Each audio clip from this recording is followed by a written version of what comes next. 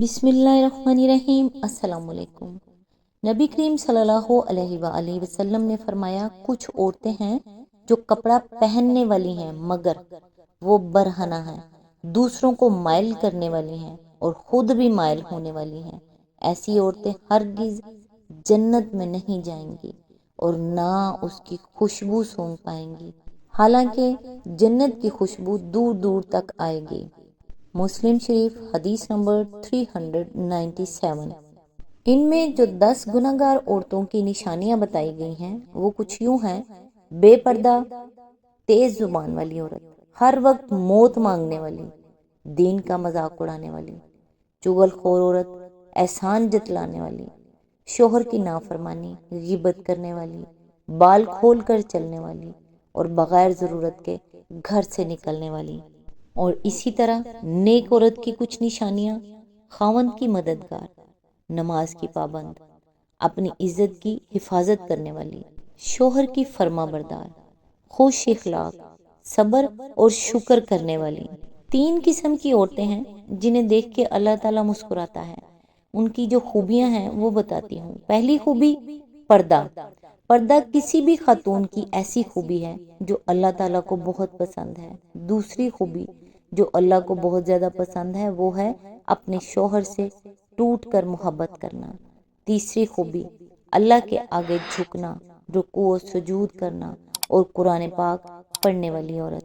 اللہ تعالیٰ ہم سب کو نیکی کی ہدایت دے اور دین اسلام پر چلنے والی اور سنت رسول صلی اللہ علیہ وآلہ وسلم پر عمل کرنے والی بنائے، آمین ثم آمین۔ آج انشاءاللہ سورہ زاریات کی آیت نمبر 19 سے سٹارٹ کریں گے۔ اس کا ترجمہ اور تفسیر تفہیم القرآن سے بیان کروں گی جو اہل سنت جماعت کے لیے ہے۔ اعوذ باللہ من الشیطان الرجیم، بسم اللہ الرحمن الرحیم۔ اور ان کے مالوں میں حق تھا سائل اور محروم کے لیے۔ اس کی تفسیر ہے، بلفاظ دیگر ایک طرف اپنے رب کا حق وہ اس طرح پہچانتے اور ادا کرتے تھے، دوسری طرف بندوں کے ساتھ ان کا معاملہ یہ تھا جو کچھ بھی اللہ نے ان کو دیا تھا خواہ تھوڑا یا بہت، اس میں وہ صرف اپنا اور اپنے بال بچوں ہی کا حق نہیں سمجھتے تھے، بلکہ ان کو یہ احساس تھا کہ ہمارے اس مال میں ہر اس بندہ خدا کا حق ہے جو ہماری مدد کا محتاج ہو۔ وہ بندوں کی مدد خیرات کے طور پر نہیں کرتے تھے کہ اس پر ان سے شکریہ کے طالب ہوتے اور ان کو اپنا زیر بار احسان ٹھہراتے، بلکہ وہ اسے ان کا حق سمجھتے تھے اور اپنا فرض سمجھ کر ادا کرتے تھے۔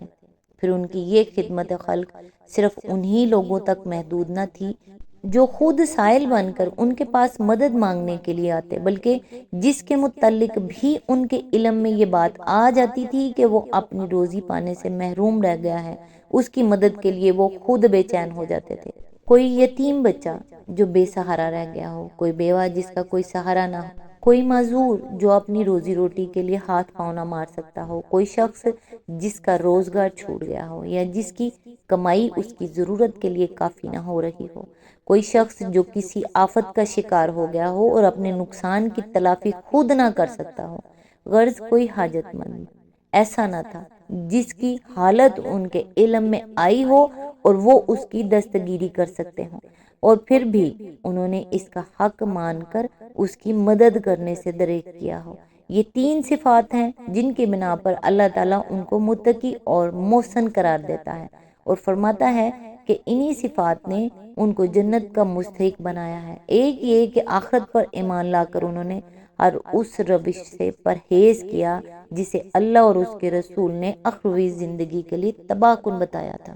دوسرا یہ کہ انہوں نے اللہ کی بندگی کا حق اپنی جان لڑا کر ادا کیا اور اس پر فخر کرنے کے بجائے استغفار ہی کرتے رہے۔ تیسرے یہ کہ انہوں نے اللہ کے بندوں کی خدمت ان پر احسان سمجھ کر نہیں بلکہ اپنا فرض اور ان کا حق سمجھ کر کی۔ اس مقام پر یہ بات اور جان لینی چاہیے کہ اہل ایمان کے اموال میں سائل اور محروم کے جس حق کا یہاں ذکر کیا گیا ہے اس سے مراد زکوٰۃ نہیں ہے جسے شرعاً ان پر فرض کر دیا گیا ہے، بلکہ یہ وہ حق ہے جو زکوٰۃ ادا کرنے کے بعد بھی ایک صاحب استطاعت مومن اپنے مال میں خود محسوس کرتا ہے اور اپنے دل کی رغبت سے اس کو ادا کرتا ہے بغیر اس کے کہ شریعت نے اسے لازم کیا ہو۔ ابن عباس، مجاہد اور زید بن اسلم وغیرہ بزرگوں نے اس آیت کا یہ مطلب بیان کیا ہے۔ در حقیقت اس ارشاد الہی کی اصل روح یہ ہے کہ ایک متقی و محسن انسان کبھی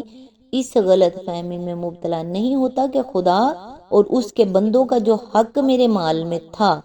زکوٰۃ ادا کر کے میں اس سے بالکل سبکدوش ہو چکا ہوں۔ اب میں نے اس بات کا کوئی ٹھیکہ نہیں لیا ہے کہ ہر ننگے بھوکے مصیبت زدہ آدمی کی مدد کرتا پھروں۔ اس کے برعکس جو اللہ کا بندہ واقعی متقی و محسن ہوتا ہے وہ ہر وقت ہر اس بھلائی کے لیے جو اس کے بس میں ہو دل و جان سے تیار رہتا ہے، اور جو موقع بھی اسے دنیا میں کوئی نیک کام کرنے کے لیے ملے اسے ہاتھ سے نہیں جانے دیتا۔ اس کے سوچنے کا یہ اندازہ ہی نہیں ہوتا کہ جو نیکی مجھ پر فرض کی گئی تھی وہ میں کر چکا ہوں، اب مزید نیکی کیوں کروں؟ نیکی کی قدر جو شخص پہچان چکا ہو وہ اسے بار سمجھ کر برداشت نہیں کرتا، بلکہ اپنے ہی نفع کا سودا سمجھ کر زیادہ سے زیادہ کمانے کا حریص ہو جاتا ہے۔ آیت نمبر 20، زمین میں بہت سی نشانیاں ہیں یقین لانے والوں کے لیے۔ اس کی تفسیر ہے، نشانیوں سے مراد وہ نشانیاں ہیں جو آخرت کے امکان اور اس کے وجوب و لزوم کی شہادت دے رہی ہیں۔ زمین کا اپنا وجود اور اس کی ساخت، اس کا سورج سے ایک خاص فاصلے پر اور ایک خاص زاویے پر رکھا جانا، اس پر حرارت اور روشنی کا انتظام، اس پر مختلف موسموں کی آمد و رفت، اس کے اوپر ہوا اور پانی کی فراہمی، اس کے پیٹ میں طرح طرح کے بے شمار خزانوں کا مہیا کیا جانا، اس کی سطح پر ایک زرخیز چھلکا چڑھایا جانا، اس میں قسم قسم کی بے حد و حساب نباتات کا اگایا جانا، اس کے اندر خشکی اور تری اور ہوا کے جانوروں کی بے شمار نسلیں جاری کرنا، اس میں ہر نوع کی زندگی کے لیے مناسب حالات اور موزوں خوراک کا انتظام کرنا، اس پر انسان کو وجود میں لانے سے پہلے وہ تمام ذرائع و وسائل فراہم کر دینا جو تاریخ کے ہر مرحلے میں اس کی روز افزوں ضروریات ہی کا نہیں بلکہ اس کی تہذیب و تمدن کے ارتقاء کا ساتھ بھی دیتے چلے جائیں۔ یہ اور دوسری ان گنت نشانیاں ایسی ہیں کہ دیدہ بینا رکھنے والا جس طرف بھی زمین اور اس کے ماحول میں نگاہ ڈالے وہ اس کا دامن دل کھینچ لیتی ہے۔ جو شخص یقین کے لیے اپنے دل کے دروازے بند کر چکا ہو اس کی بات تو دوسری ہے، وہ ان میں اور سب کچھ دیکھ لے گا، بس حقیقت کی طرف اشارہ کرنے والی کوئی نشانی ہی نہ دیکھے گا۔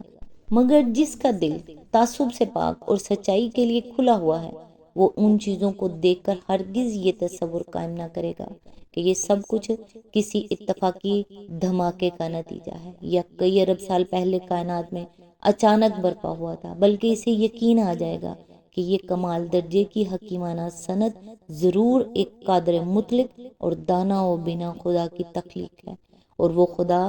جس نے یہ زمین بنائی ہے نہ اس بات سے عاجز ہو سکتا ہے کہ انسان کو مرنے کے بعد دوبارہ پیدا کر دے، اور نہ ایسا نادان ہو سکتا ہے کہ اپنی زمین میں عقل و شعور رکھنے والی ایک مخلوق کو اختیارات دے کر بے نتھے بیل کی طرح چھوڑ دے۔ اختیارات کا دیا جانا آپ سے آپ محاسبے کا تقاضا کرتا ہے، جو اگر نہ ہو تو حکمت اور انصاف کے خلاف ہوگا، اور قدرت مطلقہ کا پایا جانا خود بخود اس بات کا ثبوت ہے کہ دنیا میں نوع انسانی کا کام ختم ہونے کے بعد اس کا خالق جب چاہے محاسبے کے لیے اس کے تمام افراد کو زمین کے ہر گوشے سے جہاں بھی وہ مرے پڑے ہوں اٹھا کر لا سکتا ہے۔ آیت نمبر 21، اور خود تمہارے اپنے وجود میں ہے، کیا تم کو سوچتا نہیں؟ اس کی تفسیر ہے، یعنی باہر دیکھنے کی بھی حاجت نہیں، خود اپنے اندر دیکھو تو تمہیں اس حقیقت پر گواہی دینے والی بے شمار نشانیاں مل جائیں گی۔ کس طرح ایک خورد بینی کیڑے اور ایسے ہی ایک خورد بینی انڈے کو ملا کر ماں کے ایک گوشہ جسم میں تمہاری تخلیق بنا ڈالی گئی، کس طرح تمہیں اس تاریک گوشے میں پرورش کر کے بتدریج بڑھایا گیا، کس طرح تمہیں ایک بے نظیر ساخت کا جسم اور حیرت انگیز قوتوں سے مالا مال نفس عطا کیا گیا،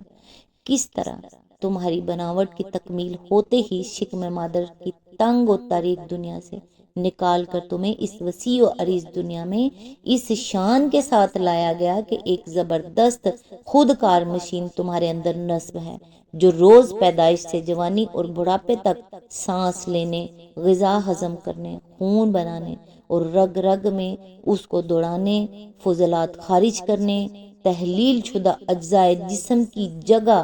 دوسری اجزاء تیار کرنے اور اندر سے پیدا ہونے والی یا باہر سے آنے والی آفات کا مقابلہ کرنے اور نقصانات کی تلافی کرنے، حتیٰ کہ تھکاوٹ کے بعد تمہیں آرام کے لیے سلا دینے تک کا کام خود بخود کیے جاتی ہے،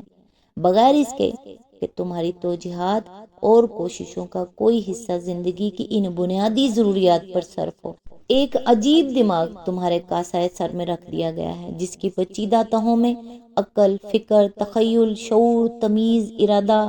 حافظہ، خواہش، احساسات و جذبات، میلانات، رجحانات اور دوسری ذہنی قوتوں کی ایک انمول دولت بھری پڑی ہے۔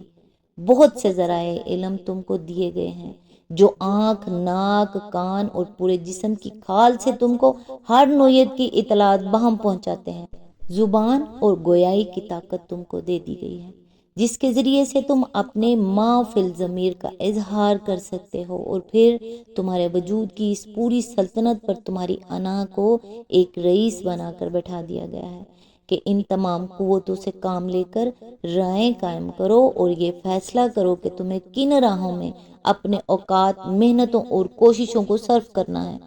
کیا چیز رد کرنی ہے اور کیا قبول کرنی ہے، کس چیز کو اپنا مقصود بنانا ہے اور کس کو نہیں بنانا۔ یہ ہستی بنا کر جب تمہیں دنیا میں لایا گیا تو ذرا دیکھو کہ یہاں آتے ہی کتنا سر و سامان تمہاری پرورش، نشو و نما اور ترقی و تکمیل ذات کے لیے تیار تھا، جس کی بدولت تم زندگی کے ایک خاص مرحلے پر پہنچ کر اپنے ان اختیارات کو استعمال کرنے کے قابل ہو گئے۔ ان اختیارات کو استعمال کرنے کے لیے زمین میں تم کو ذرائع دیے گئے، مواقع فراہم کیے گئے، بہت سی چیزوں پر تم کو تصرف کی طاقت دی گئی،